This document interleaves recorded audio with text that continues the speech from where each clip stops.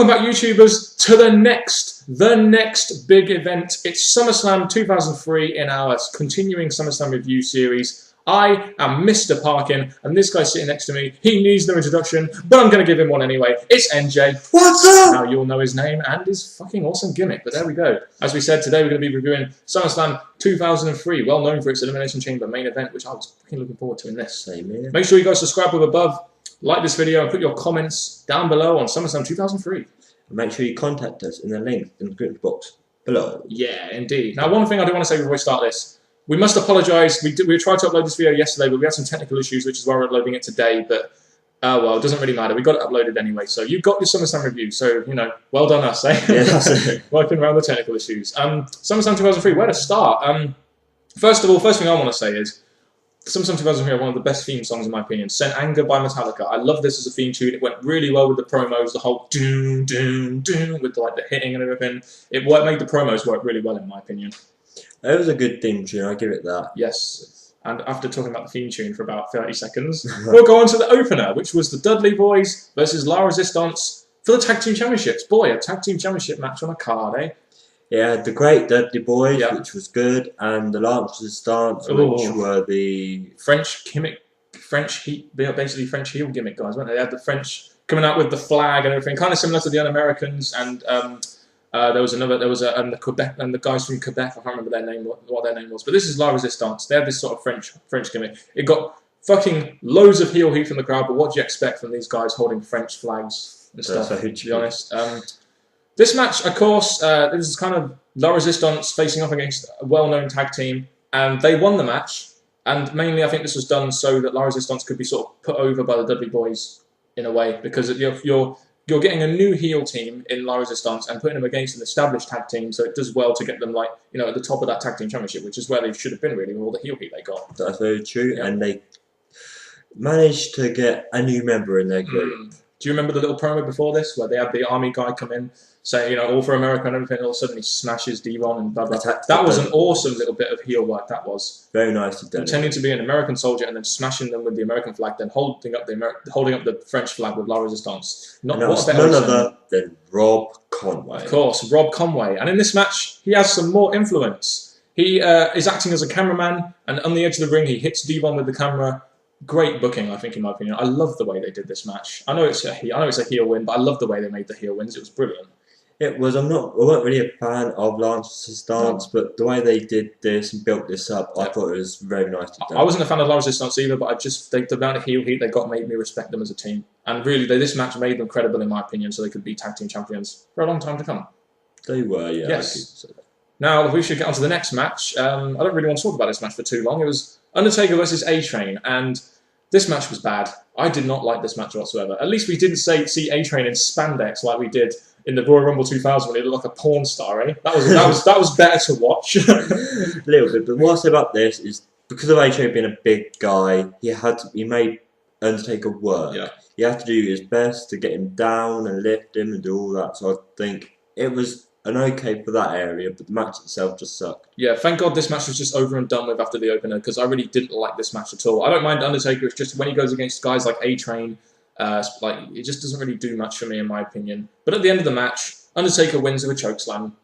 Right thing to do, make Undertaker win, send the fans home happy at the time he was a face. And then afterwards we get a bit of Divas action, which them guys from our Tea Time segments love. The Divas action between Stephanie and Sable, two hot divas going at it. And this was Taker basically helping Steph get revenge on Sable. So I like the idea. Yeah, it was pretty good how they did that at the end. Have two divas catfighting. Oh, Tea Time segment guys are going to be loving that, aren't they?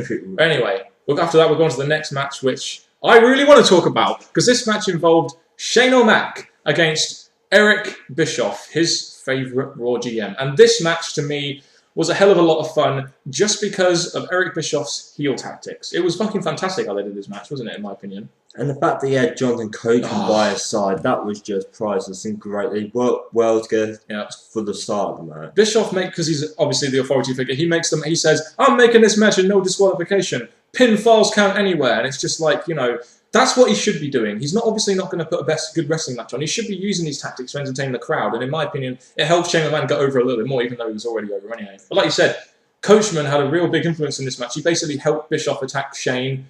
Bischoff then shuts off King's and JR's mics, and then all of a sudden we have Coachman doing in-ring commentary, and it's just like, wow, this is fucking awesome. And I love this. The best thing, John the Coachman was awesome on Yeah, commentary. He was very out there, very loud, very with it. So I'll say the way he did this, described this match, how great Bischoff was in this match, it was just great. It wasn't the best wrestling match, but for entertainment, it was brilliant. I loved. There was the best bit for me was when Coachman was making fun of JR, and then all of a sudden Stone Cold comes out. As we know, he was in this sort of rivalry with Bischoff at the time, and basically Bischoff isn't allowed to attack him because of the rules, not allowed because he's not been provoked. And Shane McMahon pushes him into Stone Cold. And Coachman gets stunned. Down he goes. So funny. Coachman gets stunned, then so does Bischoff, and they have this little moment where Bischoff's knocked out.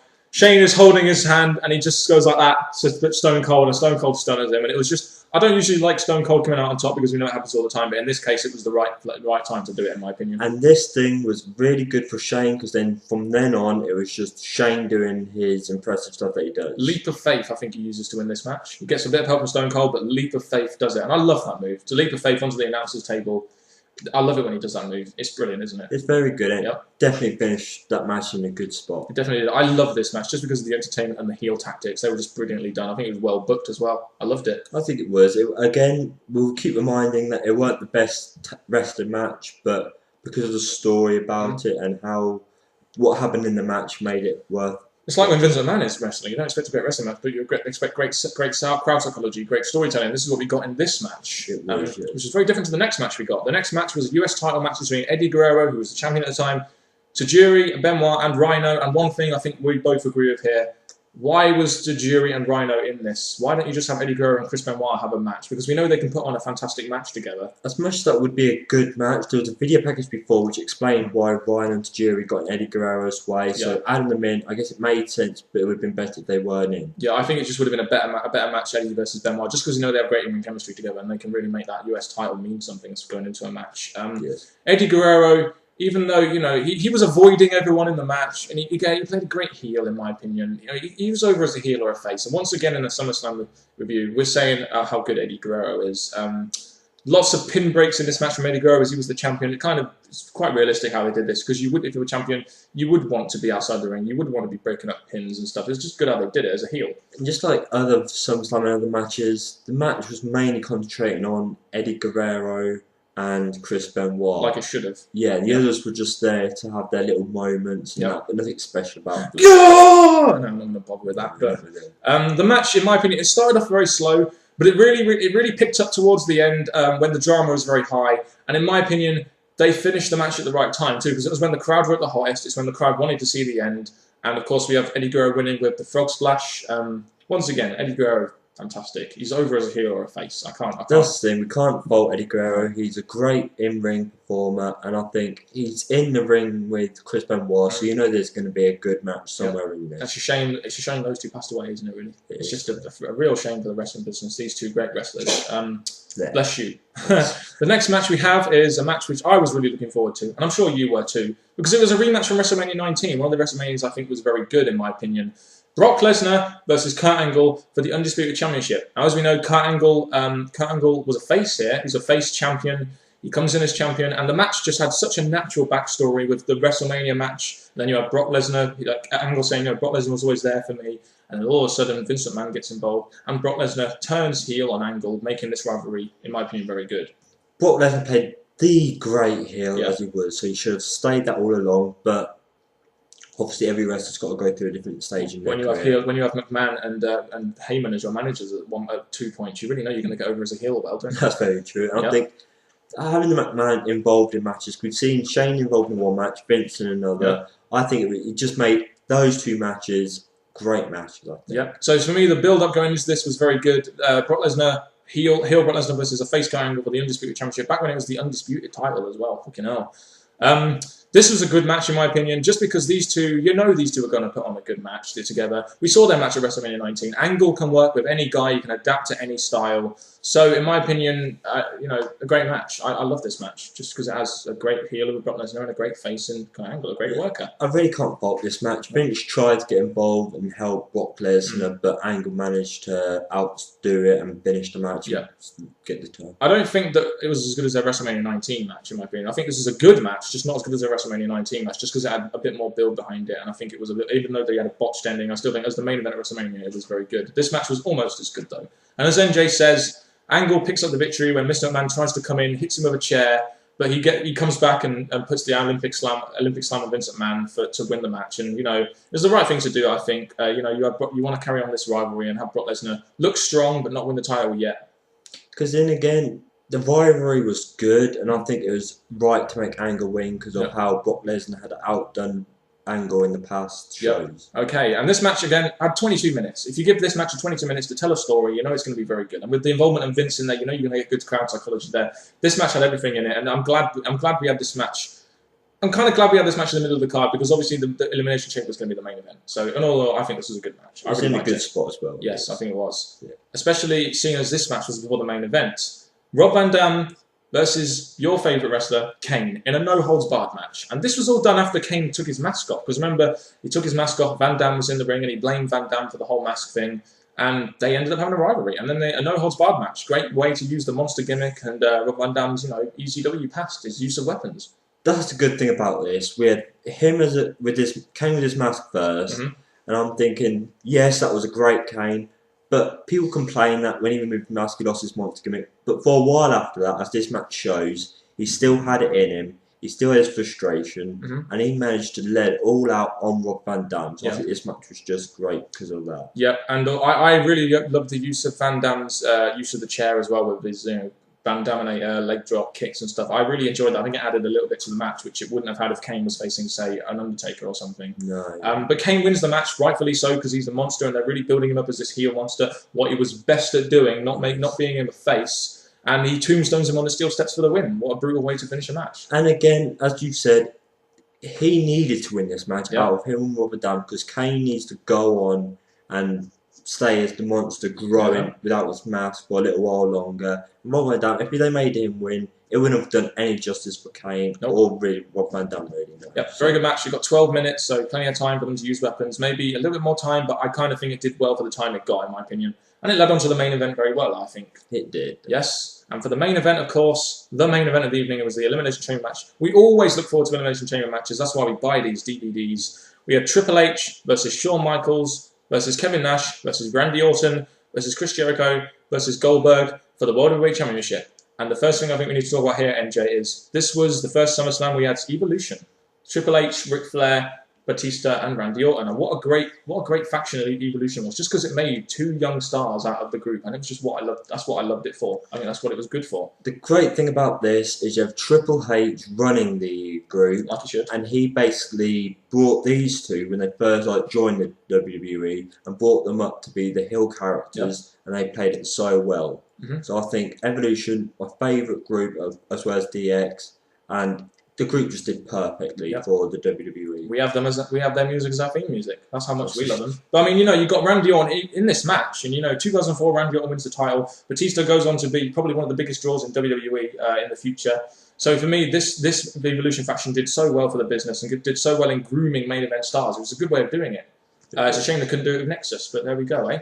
So let's talk about the match now, MJ. We could blabber on about Evolution for hours and hours and hours on end and how good they were, but I feel very good. Let's focus on this match because it was an Elimination Chamber match. So all I'll say here is the first four guys in were Shawn Michaels, Kevin Nash, Randy Orton, and Chris Jericho, and we see a lot of good action between Jericho and Michaels, mainly because they had that match at WrestleMania 19, which most people consider a 5-star match. And even other guys like Orton and Nash did very well in this match, in my opinion. I really thought they set up well for what would occasionally be Goldberg's dominance, eliminating them for. Shawn Michaels and Jericho entertaining all the way. Kevin Nash slow, but he did dominate in this match. Randy Orton back here, he was brilliant, I'd say. And then it led on to, yes, as you said, Goldberg. Yep. So. Pretty much Goldberg just runs through these four. He pretty much runs through them for about 2-3 minutes. And this was a great, because at the time, remember, he was introduced into WWE. They really did their best to try and make him look strong in this match, but not make him win the title. They made him look very strong, running through four guys and eliminating them until obviously we had Triple H, because the rivalry they were going to set up, we know, was Triple H and Goldberg. Evolution versus Goldberg, who was kind of like the big monster face at the time, was just coming into WWE. And the good thing about this thing is, some people complain about this, but I think the way this part was done led on to a future after the event. Triple H gets past the sledgehammer by Ric Flair, and he just throws it into Goldberg's head. And when he's trying to do a spear as well, just when we thought the match was going to finish. Yeah. The thing is though, right, Triple H, he didn't do that much in this match, did he? He pretty much stayed in his pod, and we had that moment where Goldberg eliminated the last guy. You see Triple H there just going, holy shit. And then you have Ric Flair trying to close the door. You know, they're trying to keep him separate, and then eventually he has to get in the ring, and Goldberg pretty much dominates him until he uses that heel tactic, like you said. Yes. A decent way to end the match. I'd like Triple H to do a little bit more, though. Maybe have a little bit more of a 5-minute match between them two, maybe a bit more even. Maybe not look Goldberg look too strong going into their feud. I don't know. Again, that's what I said earlier. People complain about this, but I think the way you had Triple H do it, Goldberg's going to be pissed off with that. So it did lead on to a good rivalry after the event. So I don't have much problem with it. So yeah, but that's because you're a Triple H mark as well. Let's not forget that. Triple H, and this is another reason why he loves this pay-per-view, because Triple H won another Elimination Chamber match, which set up the feud, as we all know, that came up later, which was Goldberg versus Triple H, and Evolution as well. So in my opinion, this match, is a very good Elimination Chamber match. You had the right guy win at the time because Goldberg wasn't ready to be champion yet, and you set up your main rivalry in the future, which was Goldberg versus Triple H. So in my opinion, this did well. And then after the match, we even had Evolution beating down on Goldberg, chaining him to the Elimination Chamber and kicking his ass afterwards. It was basically Triple H saying that I'm the better man. You need to know your place, even though Goldberg is a great wrestler himself, but it was just Triple H saying that the title's mine, now stay back. Yep, right then. Overall thoughts on this pay-per-view, NJ. What did you think? I think with the event itself, it was a good SummerSlam. I'm going to give it that. We had 7 matches, didn't we? 7 matches in the SummerSlam, yeah. At the beginning, the matches did start a bit poor, I'm going to say. Just like other events, the matches got better as they went on. They certainly did. You had entertaining Shane versus Eric Bischoff. When the McMahons get involved, it's great. Eddie Guerrero and Chris Benoit in that four-way, that was great. And then we come on to the Kane match, which obviously I loved because obviously how 2 main events were good. One for Kane was. And then there was the Elimination Chamber. I cannot fault Elimination Chambers because they've done so brilliant. And you even had you had 2 very good main events in Lesnar and Angle, and then the Elimination Chamber match. So in my opinion, that really grades this very highly because when you have 2 great main events like that, you've really got to give it to WWE. They did it well. Although I thought this card was very slow at the beginning and it lacked a little bit of bite in my opinion. They had some good matches there, a good entertaining match with Shane and Bischoff. Rob Van Dam versus Kane, Eddie Guerrero and Benoit worked a great match within them 4. And the 2 main events, like I said, this, in my opinion, is a solid B pay-per-view. It doesn't get a B+ because I thought that the first 2 matches were a bit slow, and I really think they could have done better in the opener. And maybe have Eddie Guerrero versus Benoit. I don't know. I was a bit puzzled with that. But the way this pay-per-view was done and the implications it had beyond it, I think were great. So I'm going to give this a solid B grade. Well, before I give my grade, I'm saying there's a video package that explained most of the matches. There was great entertaining matches. It was a good SummerSlam. So I'm going to say it is worth a B because of how nice it was all put out. It was a very good SummerSlam in our opinion. Just a shame the next one was shit, eh? SummerSlam 2004. So we enjoyed this one as much as we could. Yep. So the next one we can look forward to our SummerSlam 2004 one, which will be coming out to you on Saturday. I think we're going to upload it on Saturday. That's when we usually do it. For now, though, make sure you put your comments on SummerSlam 2003 down below. What did you think? Maybe you agree with us. Maybe you disagree with us. NJ, any last words before I sign us off? Hopefully you enjoyed this SummerSlam as much as we did, and we'd like to hear your thoughts, your opinions on each match, and which match was your favourite, which match weren't. So leave those comments in the comment section below. Yes, and that is it from us, the British Fist. Gotcha. And because I know people want to hear it, just do it, NJ. What's up? Okay, that's that. Now you've ended on a very positive note from the British Fist. Thank you very much for watching once again, guys, and goodbye.